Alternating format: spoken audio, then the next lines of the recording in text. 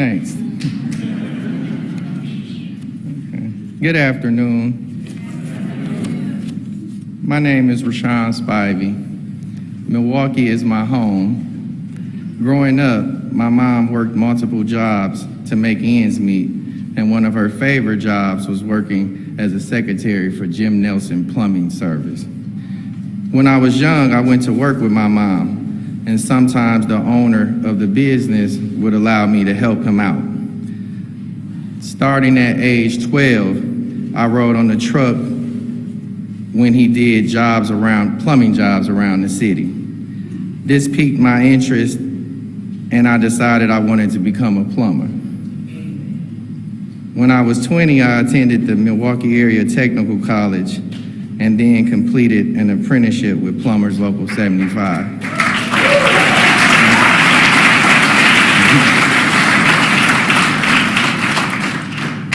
After years of hard work, I achieved my dream of becoming a master plumber, and I opened my own business, Hero Plumbing.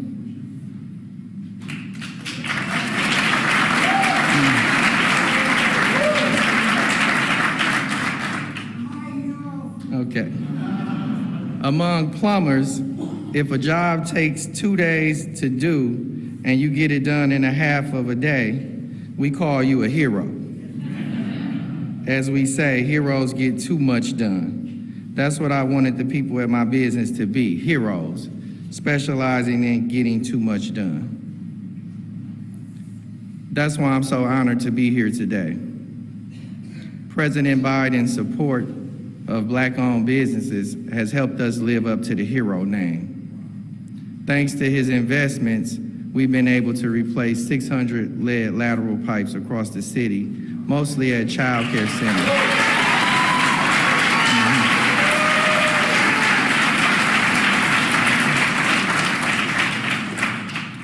Not only has our business grown, but we're helping to save our community.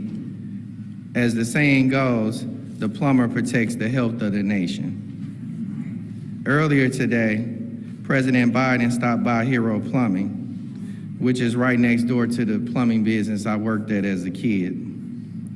I never imagined my dream of becoming a plumber would have led me to meet the president or the United States president. This is what President Biden's administration is all about. Helping us all become part of an economy that works for everyone so that dreams can be achieved with dignity.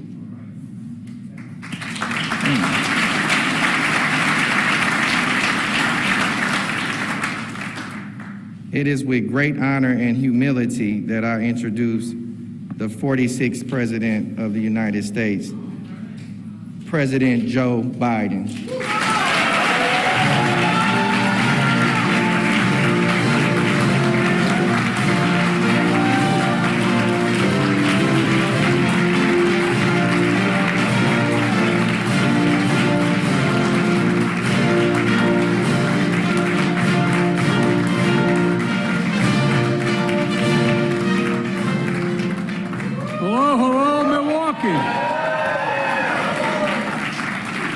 Great to be back. You know, press has heard me say this, the ones that follow me, that my dad had an expression: if you have a seat, take one. If you don't, I understand, come up with me. Sit on the stage with me. My dad used to have an expression. He said, Joey, a job, I mean this sincerely, is about a lot more than a paycheck. It's about your dignity. It's about respect. It's about being able to look your kid in the eye and say, honey, it's going to be okay. That's what we're all about. That's what we all want to do. And Rashawn, thank you for that introduction, and thank you for doing what my dad always worried about, whether we'd be able to have those jobs with a little bit of dignity. And I want to thank my colleague, Governor Evers. Where you go? One of the best governors in the country. And she's sitting next to Congress. He's sitting next to Congresswoman Moore. Stand up, Congresswoman.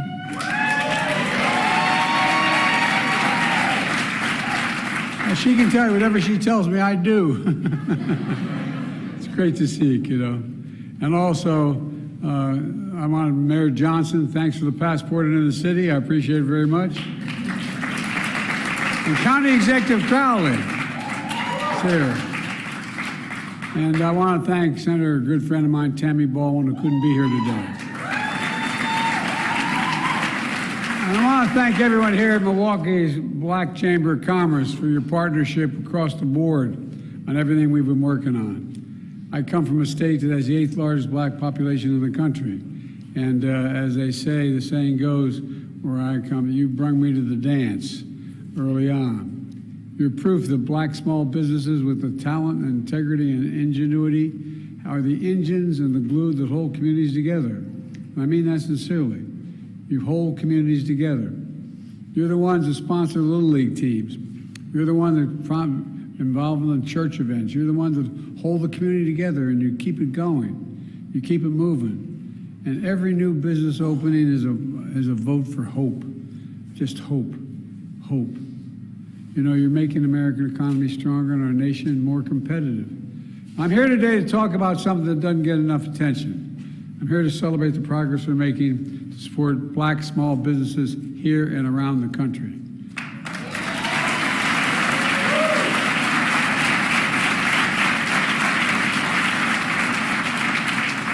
When black small businesses grow, everything benefits.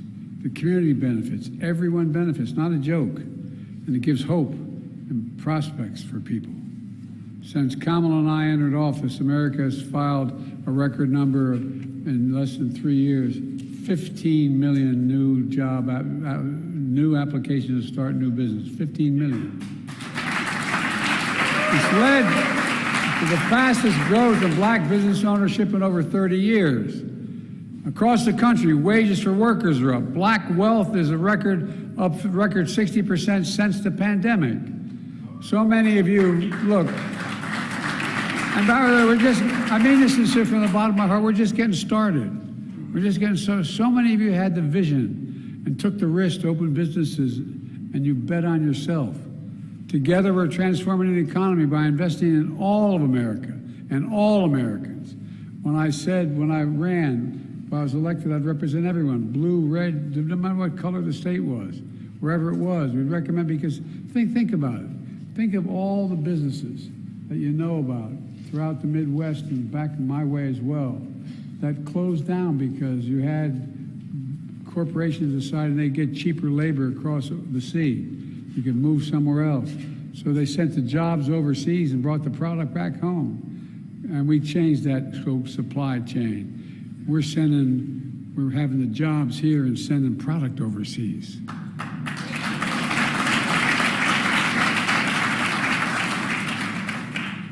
And from the time I got involved in public life, I've only been around a few years. Oh, bless me, Father. Anyway. We're doing it by building an economy from the middle out and the bottom up, not the top down. Not a whole lot trickled down on my dad's kitchen table with the top down economy. But when you when you increase the middle class, the poor have a shot and the wealthy still do very well. The middle class does well and we all do well. That's what we call Bidenomics.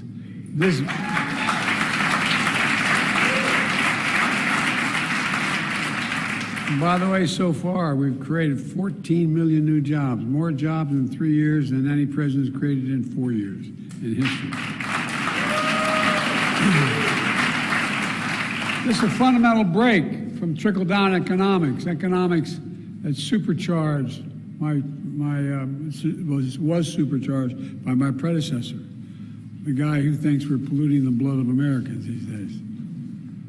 He cut taxes for the wealthy and big corporations, shipped good-paying jobs overseas, shrank public investment in infrastructure and education. We used to have the #1 infrastructure in the world. Now we're number 16 or 17. We're changing that. We hollowed out communities, leaving too many Americans behind. It's a cycle folks on 30th Street Carter here in Milwaukee know well. It's an area where it became the backbone of Milwaukee's industrial might. 10,000 black people migrated, tens of thousands migrated from the south to the middle of the country, to Milwaukee, for good-paying manufacturing jobs. Then decades of discrimination and trickle-down economics left communities like this one behind. But today, we're making sure Milwaukee is coming back and all of Milwaukee coming back. Mark my words. In Milwaukee, business applications are up 70% compared before the pandemic. The share of black people employed in Milwaukee in 2022 was the highest in more than a decade. But the investments aren't just about jobs. The investments we're making offer opportunity, hope to communities to fully participate in the economy. I vowed that we'd invest in all of America, and that's what we're doing. We're leaving no one behind. No one need be left behind. Let me give you a clear example. We all know, as my introducer told you guys, we all know exposure to lead water pipes is hazardous to our health, especially to children's health.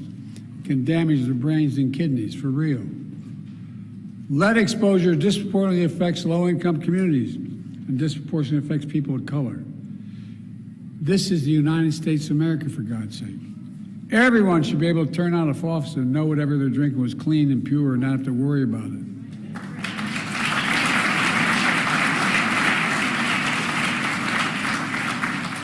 Through the historic bipartisan infrastructure law, my administration is investing $15 billion to replace every lead pipe in every community in this country. And our goal is to do that. I want to thank Kamala. I want to thank Kamala for leading this effort. But you know, your United States Senator Ron Johnson voted against this law. Well, I tell you what, with your help, the great governor and congresswoman in the state, they already received $130 million to do this work so far.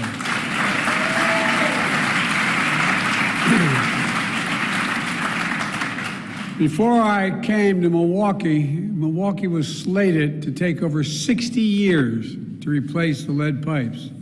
But last month, we proposed a new rule. It's going to require the water systems in Milwaukee to be fully replaced with every one of them within 10 years. 10 years instead of 60. Think of the lives saved. Think of the jobs and opportunity for small business owners like Rashawn, replacing lead pipes in homes and daycare centers and schools. We're just getting started. And so we are today announcing Milwaukee will be one of 22 communities in the country competing for tens of millions of dollars in federal grants to grow small businesses, create good-paying jobs, and build factories of the future.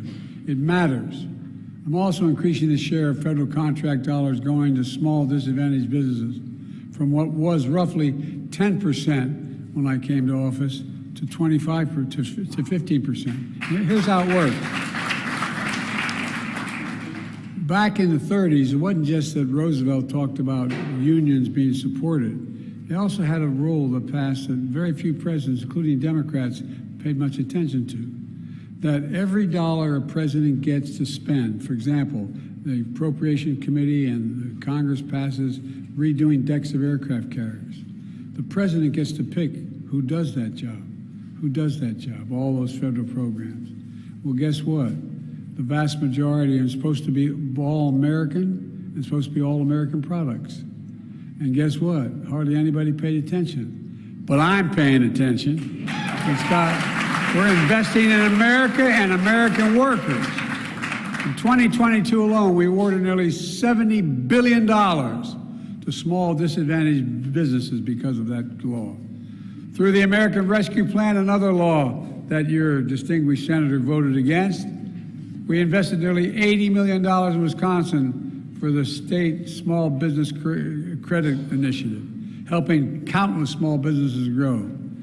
Through the Small Business Administration, we've delivered $50 billion in capital this past year to small businesses across the country, doubling the number and the value of black-owned small businesses since 2020.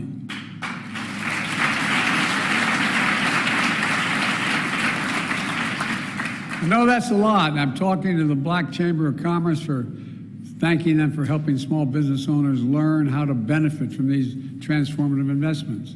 I used to have a friend named Pete McLaughlin, who was a great ball player at Providence College. And he used to say, you got to know how to know.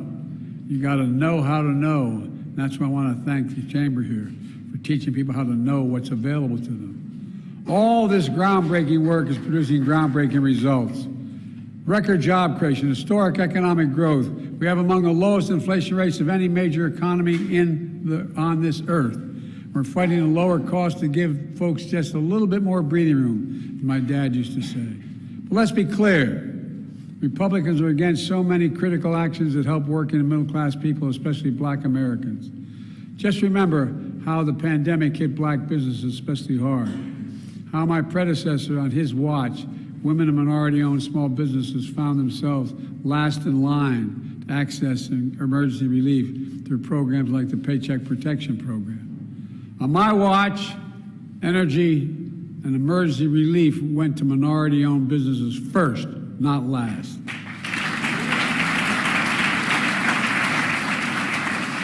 We also, when I came to office, we cut black child poverty in half because of the child tax credit. As I tried to extend it, every single Republican in Congress voted against continuing the program. But I'm not giving up till we get it back. And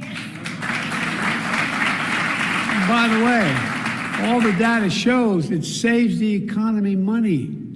The spending on child poverty saves money in health care, education, a whole range of things. This is not a down the drain. It generates growth.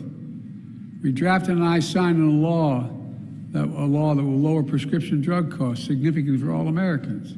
You know, I was at a town meeting in Northern Virginia, and I was holding a meeting. This is 2 years ago. I've been fighting Big Pharma for a long time. You know, if you go to wherever your provider, any drug you have to take, any prescription drug, and you decide you're going to buy it here in Milwaukee, or you're going to go buy it in Toronto, Canada, or Paris, France, or Budapest, guess what? You're going to pay 2 to 3 times as much for the prescription. Same company, same American manufacturer, same thing. Because Medicare pays for it in most cases. And guess what? If you're at the VA and you get the prescription drug, they negotiate the price with the pharmaceutical company. Well, they passed laws earlier, way on. I've been fighting it for over 35 years to say you can't negotiate. Medicare can't negotiate for drug prices and by the way, that's how they make enormous amounts of money. And by the way, every one of my Republican colleagues voted against this one. And now they're trying to cut Medicare, trying to cut Medicaid and Social Security.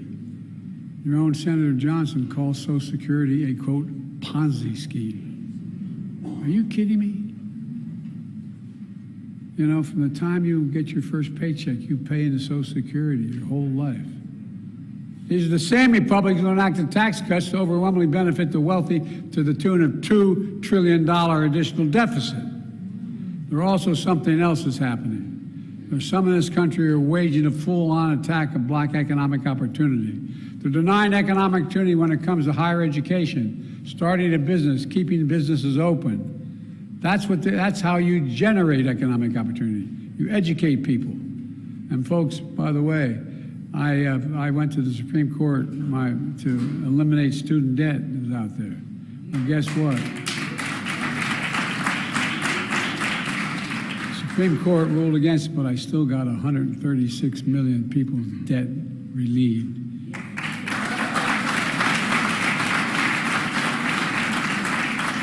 Because guess what? The interest they're paying on that debt is something that prevents them from buying a home, starting a business, all those things.